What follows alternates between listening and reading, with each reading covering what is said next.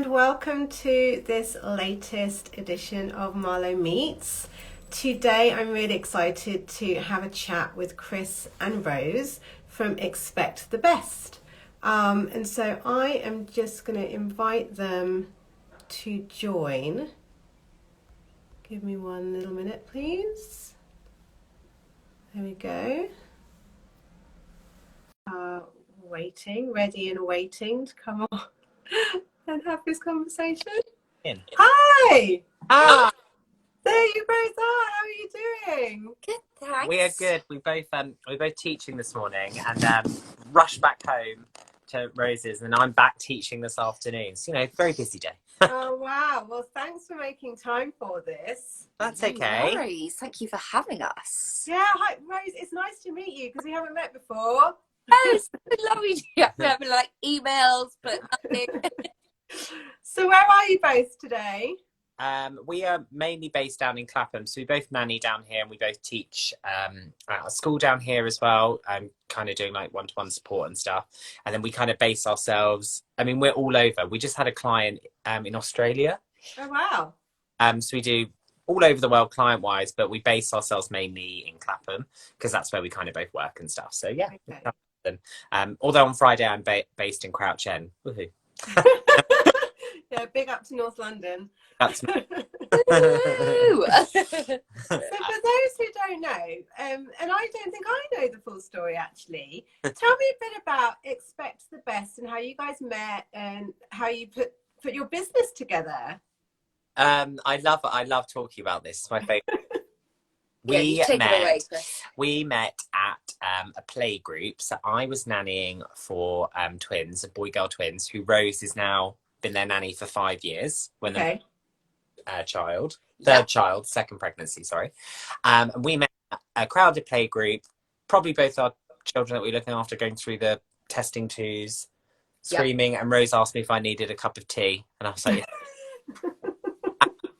kind of started play dating and hanging out then and getting to know each other, and that's kind of like where our friendship from then kind of grew, and then we'd hang out together, and the children we look after would hang out. And then about 2 years ago, the children that I look after went to school full time, and I didn't want to leave them. I wasn't ready to leave them, but it wasn't a full-time job anymore in terms of like when they were at school. So we'd always talked about doing something together, and we'd always checked in with the children we nannied for about bouncing off ideas, coming up with different things, and we kind of gelled on our approach to childcare anyway. And we just were like, let's set something up and do something around that could hopefully eventually be kind of our full-time job. But we also felt there was just like a lack of a male-female duo Uh-huh.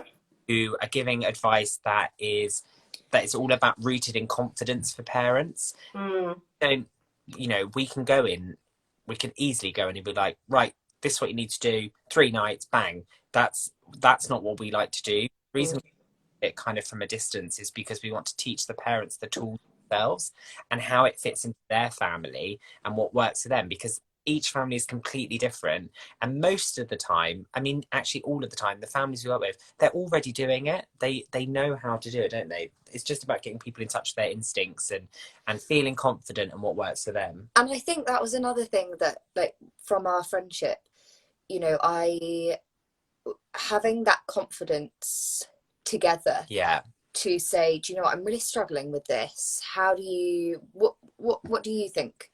Like, what's a way I could deal with this? And then we go off and try it.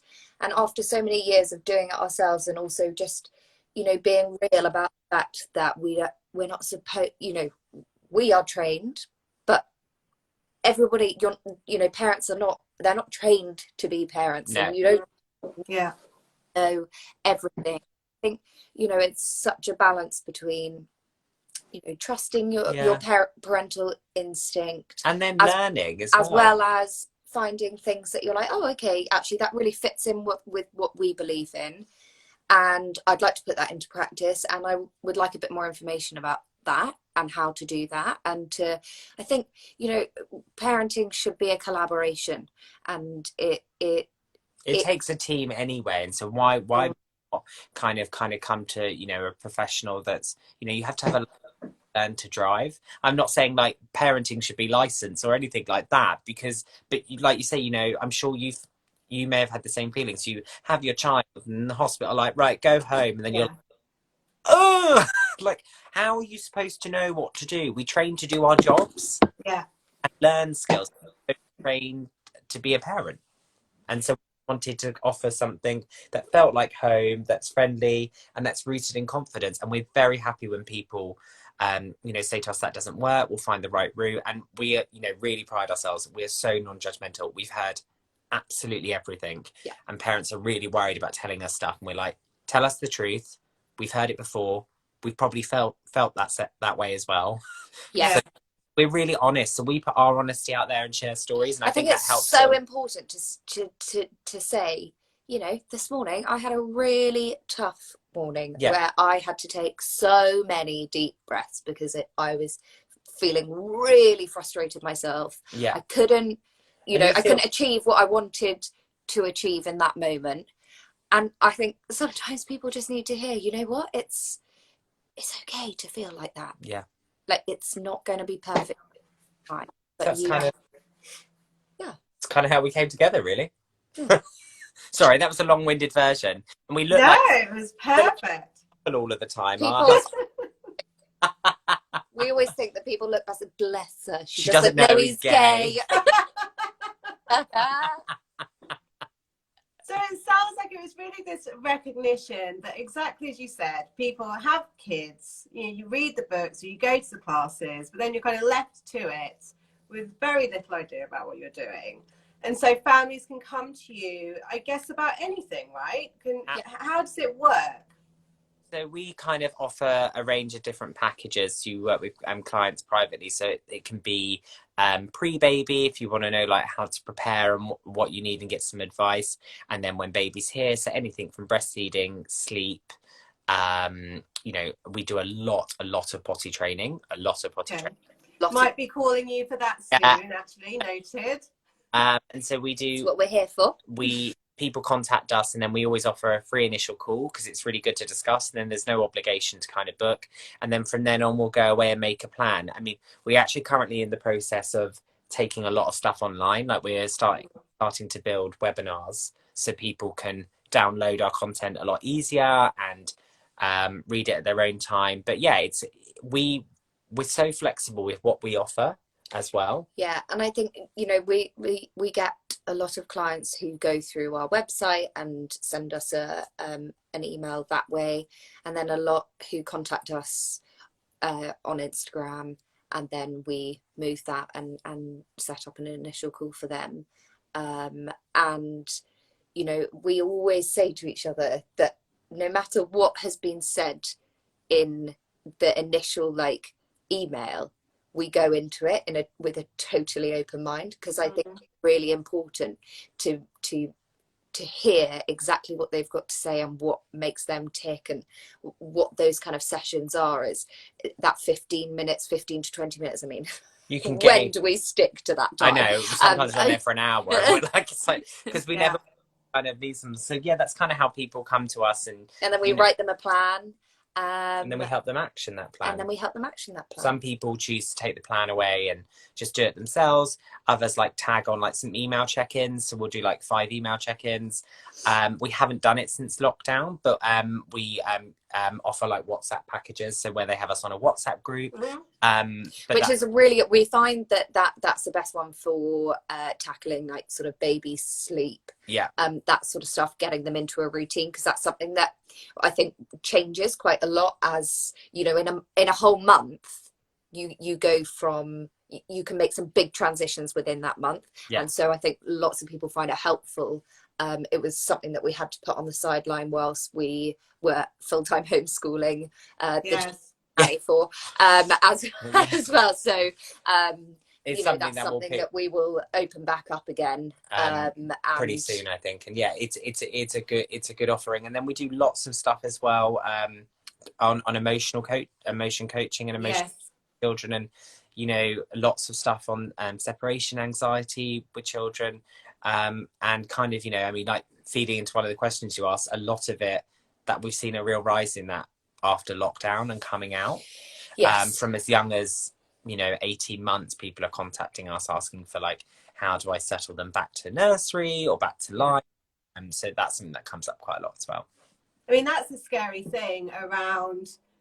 Happy Marlo, focuses on 6 to 11-year-olds, but we're very conscious that children as young as 18 months or 2, already on their, of course they are on their emotional journeys, their well-being journeys, and nobody's kind of been immune or kind of unscathed by what's gone on this past year.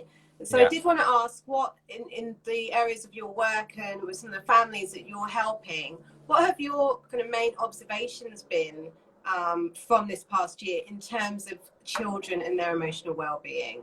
I think lots of it from me, for kind of what I've seen, and we've discussed this a lot, it's the emotional well-being and then the capacity to socialize.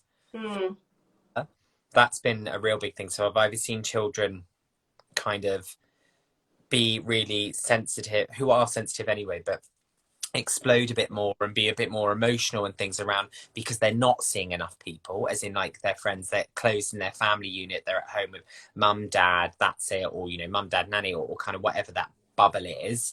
And then on the flip side, children that are already quite quiet without them socializing. So I think the social aspect of children in lockdown, again, as young as toddlers up to 11, has been a huge impact.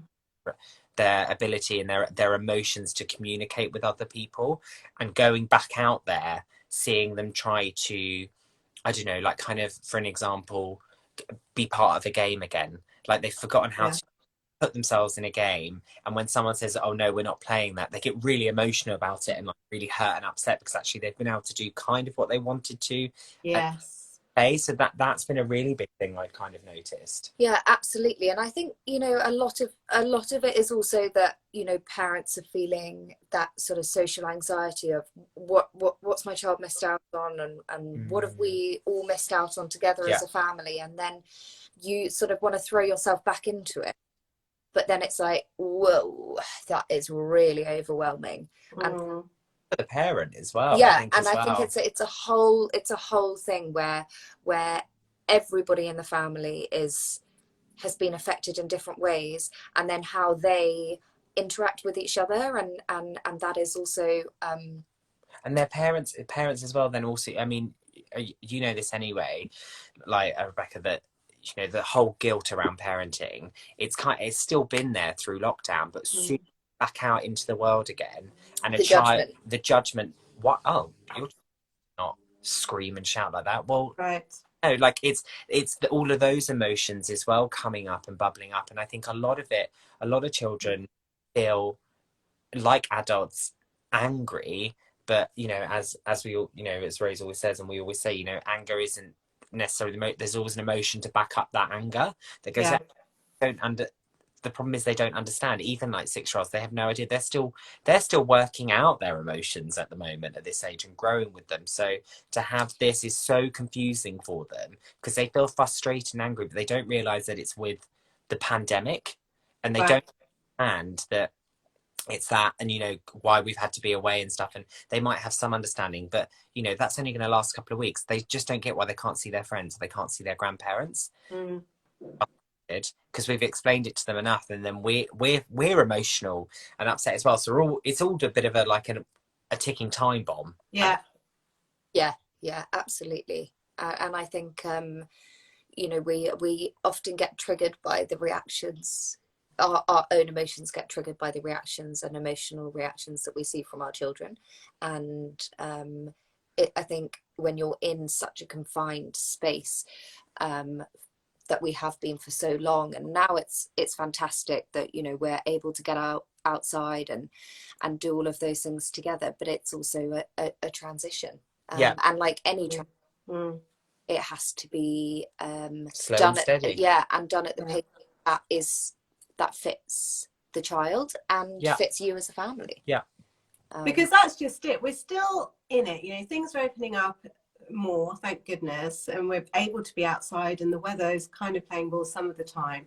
But what's your kind of advice around how we do support children in our lives through this transition, still acknowledging we're all processing still some of the emotions and the fallout and the long-term effects of this. But from your kind of practice and your experience, what are some of your kind of top tips, or how we can best support children right now? I think one of, any child is listening and kind of, answering their questions clearly and openly and having that open conversation. A bit older children, above 6 and that, you can have a bit more of a conversation. But with any child, even when they get to a teenager, it's about consistency, but consistency covered in kindness. So, the whole kind of, if you drop your child at nursery, something, it's like the one goodbye, bye, mummy loves you, I'll see you later, we turn, kind of go. And it's kind of, it's kind of going back to that, but very gently. Like some children might need that extra kind of like comfort before drop off at school or at nursery, but making sure that we are ready and focused, you as the adult, before you then give out that emotional well-being for that child. Because as Rose said, that's when, and that's not going to happen all the time, and nobody can be like that all the time, but trying to be consistent with the way that you are answering the questions, but also being honest and truthful and putting out your own. I often say to the girls I look after that they were talking about, I've got my second vaccine in a couple of weeks. They're like, then you're free. I was like, free from Right. And I said, yes, I am, but I still need to, be cautious and careful. And I said, and also it's so lovely seeing my friends. I said, but Chris feels a bit panicked sometimes. And they were asking me why. And I said, because I love seeing my friends, but now I feel that I don't have enough time to see everyone, and I don't want to disappoint people. And like kind of, so I'm really truthful with how I think it's a really good thing to be. Yeah, absolutely. And I think sort of other things is just the empathizing. I think our natural reaction is to want to fix this, and we'll be like, you'll be fine. Yeah, and I think some people that presents as a like, come on, off we go, yep, you'll be fine, don't worry. Which works, super positive. Does work. Yeah.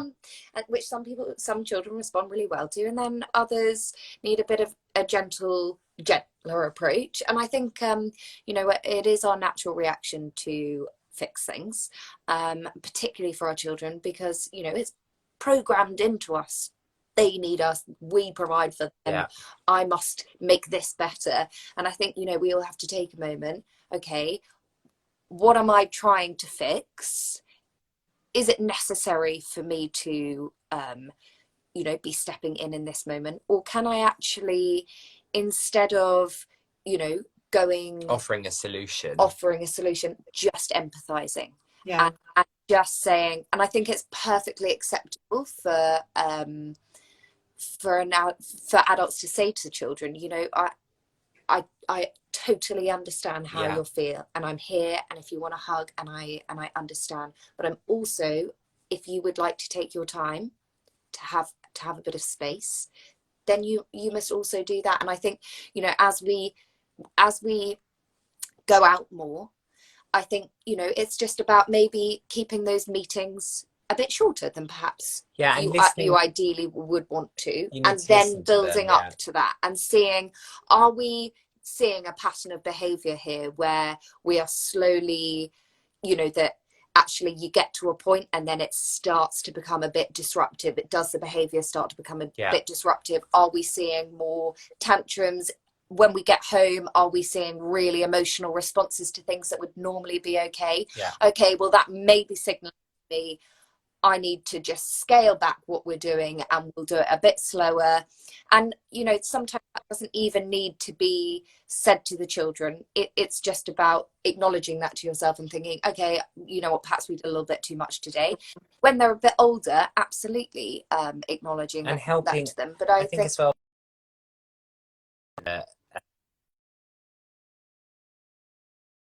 an incident the other day with, again, where I was just, I helped the children label the emotion they were feeling, because I knew what it was, and they were frustrated because I had told them no to something, and so then they went back to play together and they ended up arguing, and I stopped them and I said, you're arguing because you're frustrated with me, you're annoyed with me. They're like, we're not. And I was like, you can be honest. I was like, are you annoyed with me? And they were like, yeah, we're really annoyed because we really want to do that and you've told us no. And I was like, I really get that is annoying, and you're frustrated that I told you no. I said, but then you don't need to go back and you're arguing over something that's got nothing to do with each other.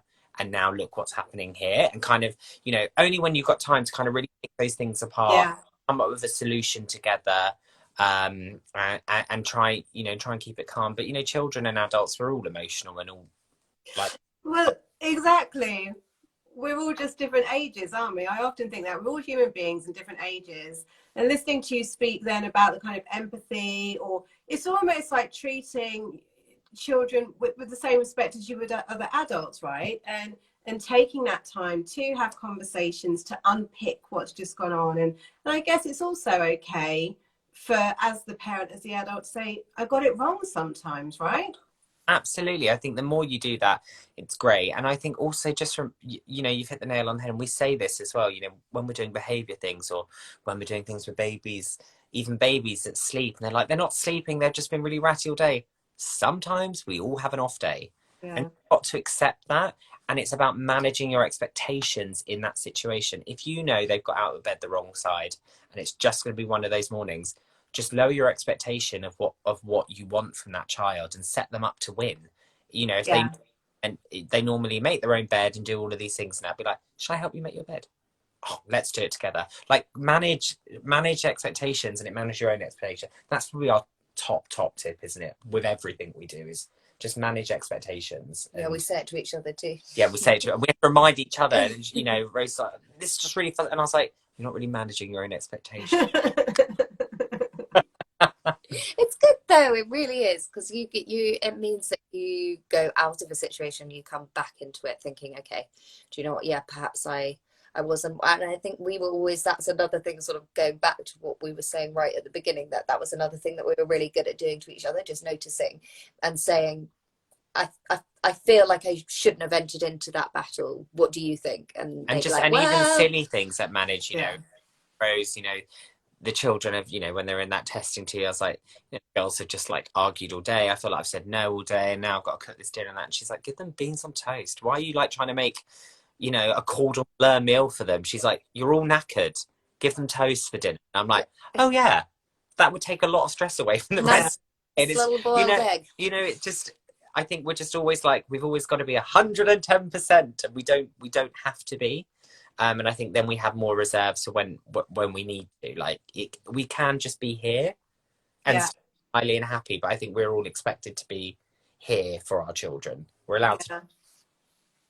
There can be so much pressure, can't there? There's pressure that comes from external forces, or pressure that we put on ourselves. And you're absolutely right. There's nothing wrong with, you know, fish finger and beans every now and then, or, you know, the fact of, I don't want to come into the teepee with you just now, or the tent or whatever. Is it okay for me to just sit here and watch telly for 5 minutes? Yes, absolutely. Exactly. Absolutely, because then if you get, and I think the really important thing is to give yourself permission to do that, because I think what we do is we go, oh no, I don't want to play right now, and then we're like, I'm going to sit down and have a cup of tea, and then you spend the entire time that you're drinking the cup of tea thinking, oh god, I need to get up, oh gosh, you know, oh, they really need me, oh, I shouldn't have rejected them, I shouldn't have done this, and then we end up going in to play, and that's when I think sometimes the frustration from us starts, because we didn't give ourselves permission to have that break. We actually have the break but don't feel like we've had a break, so then we're back into that circle. So I think it's about, you know, also just going to yourself, giving myself permission to have this cup of tea because I am looking after myself and I am important. And I think that's something that we don't tend to do. It's so, you know, it's you know, it's mental health maternal awareness week this week, which is just so, it's so important, especially mothers, any parent, to realize that they are as important as their child. Yes. Putting yourself first, you're actually putting your child first, because you will be in a better mood to parent. You know, it's something that we always like to think about as well, and be like, you know, don't feel guilty about you don't want to get into the teepee because it's really hot in it, that you're just hit in the face with a toy. Like, I might come in later. It's a really tight. I'll come in there and have a lie down and perhaps exactly bored with that. Yeah. Well, you're reminding me, it kind of reminded me of a win-win versus a lose-lose. So I win, I get my 5 minutes for the tea.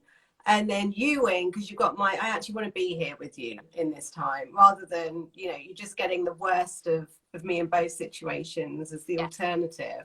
Absolutely, absolutely. And that's so important. Absolutely, all the time. It's sort of, you're setting yourself, your children up to win, and you're setting yourself up to also win. Exactly. And feel good about yourself. Everything, yeah. I wanted to ask you, as you know, Happy Marlo is based on holistic modalities. So we're really excited about bringing breath work and tapping and sound healing to children.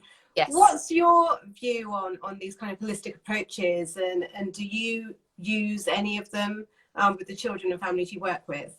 I think they completely have a place. I actually know a family, I haven't used them, that use the tapping method on their children, and it's just been an absolute dream for them. But you know, in the evenings, and they kind of crave it, and they really relaxes them.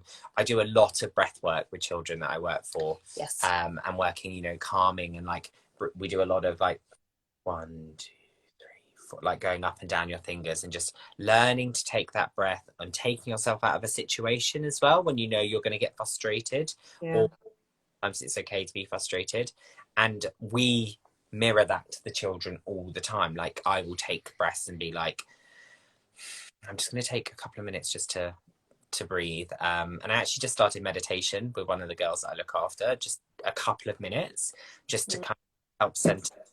And you know, it does have an effect. It's not for everyone, and you can't do it all the time, I don't think. No. Ways of weaving it in and out, you know, even on your walk to school, we're just going to a bit, you know, kind of do those things. I think it's really, really helpful. I think other things that I do is so I've tried very hard with the little girl to encourage her to take deep breaths, and she fights it really so much.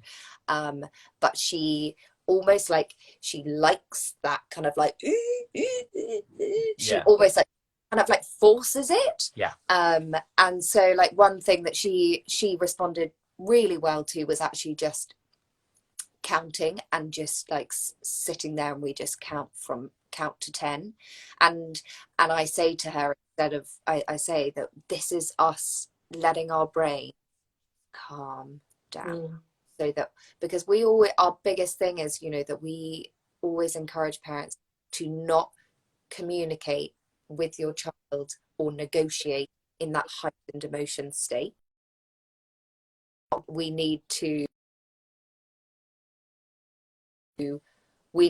wait until we've calmed before we can then communicate. And I think those techniques that, you know, my youngest, for example, the only thing that works for him is he will take himself off to have his personal space, and that is calm him down, and that is what he needs to decompress. And I think it's the same kind of things as the breathing. You know, I personally use the breathing, I personally use the tapping, but I show that to them, and then I think that they can access that, because I find with some children they go, no, I don't want to do it, don't want to do it. Or using kind of like different technique, you know, you can get those that open and close, and we do breathing, or you know, I've seen it at the school, you know, some of the teachers do these great kind of breathing exercises with the children where, you know, you're pretending to have like dinosaur claws and you're opening and closing, or you use like a glitter cushion where you're you know, where they change, the sequins change color, and you're just brushing them back, you know, just that. And you know, and using a toy and stroking that toy, whilst you breathe in, a lot of children that really respond really to their comforter, and like knowing that they can access that to like fit it with the label. I think the holistic approaches have a bigger purpose and a bigger place for children, and definitely, I mean, they already are being practiced in some schools, but I think they need to bed into the education system permanently, and we should teach children in at school, because it will only help them as an adult. Exactly. And it also helps them shut off from that, you know, from when things are being a bit difficult, and you know, way at school. So I think it's definitely got to have a place. And I think the point that you made about all children are different, all adults are different. And we've found with some of the kids in the Happy Marlo community, some of them say to us, I don't feel calm if I have to sit still. It makes me feel angsty and weird. And I would rather actually, I'd rather be dancing or moving around. And so it's encompassing and really tailoring things and recognizing that we are all different and we process our emotions and we can self-soothe in very different ways. Yes, exactly. Because I have this where the eldest, he fidgets the entire time that he's watching TV, and it is all part of him like relaxing, and it drives me up the wall. I'm like, stop moving. But I know that is him, like he's just moving about and he's not disruptive. He's not being disruptive of like chatting to anyone or whatever. He's enjoying the program, but he moves like from the top of the sofa down to the bottom of the sofa. It's just his way of like decompressing and relaxing. And I think it's noticing those things and not getting frustrated with children when they have these different things that they need. Yeah, and I found that like giving him a toy, like for example, like a car, and he like rolled that instead, and he was like rolling up and down his hand. And I was like, well, it's interesting that he gets the same like sensory feedback from that soothing from something else he doesn't. But it's definitely a movement thing for him. He needs to be moving in order to calm down, which I think, it's just fascinating the way that we all self-soothe in different ways. Yeah. And it's so important to learn that early on to know that's how that you can access that. Yeah, and celebrate it, and not that none of us are the same as adults. So I don't know why we would expect that to be the case for children. Yes, yeah, absolutely. And talking about our own ways of self-soothing as well. Sometimes we present to children that we know everything and that we know. And actually it's like, oh gosh, that really worked. We don't know anything. We have a few people with us. I'm just wondering, because we're going to wrap up in a minute, if there are any questions. So please drop any questions you might have in the comments. But otherwise, I wanted to ask, what do you love most about your work? What do you find most rewarding? Getting to work with Rose. Seeing your face. Honestly, I know this. We laugh quite a lot. Yeah, we do. We spend a lot of time laughing. I think it is. There are just some of those moments when we're on the phone with parents.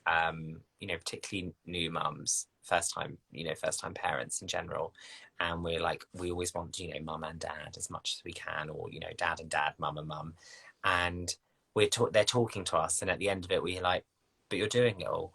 They're like, what? But you're doing it all.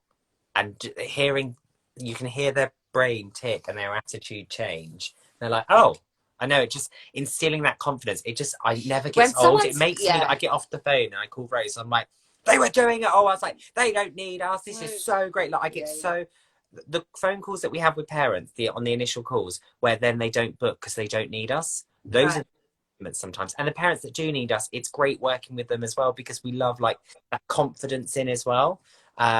It's just I just love that feeling when they know that. Well, just when someone says, I just feel so much more confident, thank you. Yeah. And I'm like, great, that's all we want to do. It's I like celebrate, like, when every time there's a sort of success with something, and we get to celebrate that with them, and from the point of like looking after the children that I look after, having known since you looked after them when they were, how old were they? They're 11 months. I mean, it's an absolute, any family or child we work with is a privilege. It should always be a privilege to work with children. Like they are, as you said, I believe that children are the future. Oh, I treat them well and let them lead the way. Exactly, like I learn every single day from any child I come across. You do. You're about to say I learn everything I can possibly learn from that Whitney, day. From Whitney. Well, Whitney's definitely got a role to play in all of this, for sure. Yeah, I think we're just so privileged to be. I always feel really privileged to be in a child's company. I just think I love what we do. Yeah, same. Wouldn't do it with anyone else. Oh. Well, it seems to me that all of your children and families are very lucky to have you. Rian put a message there saying you guys helped us so much. Thank you. You're the best. We love you. So thank you so much for being here. It's been such a pleasure chatting to you these past half hour or so. Thank you so much for having us, and we love pleasure. Yeah, we hope to do. We should do some things together in the future. I think there's a place for happy Marlo and expect the best together. Absolutely. Excellent. I look forward to that. Lots of love to you both. Bye. Bye.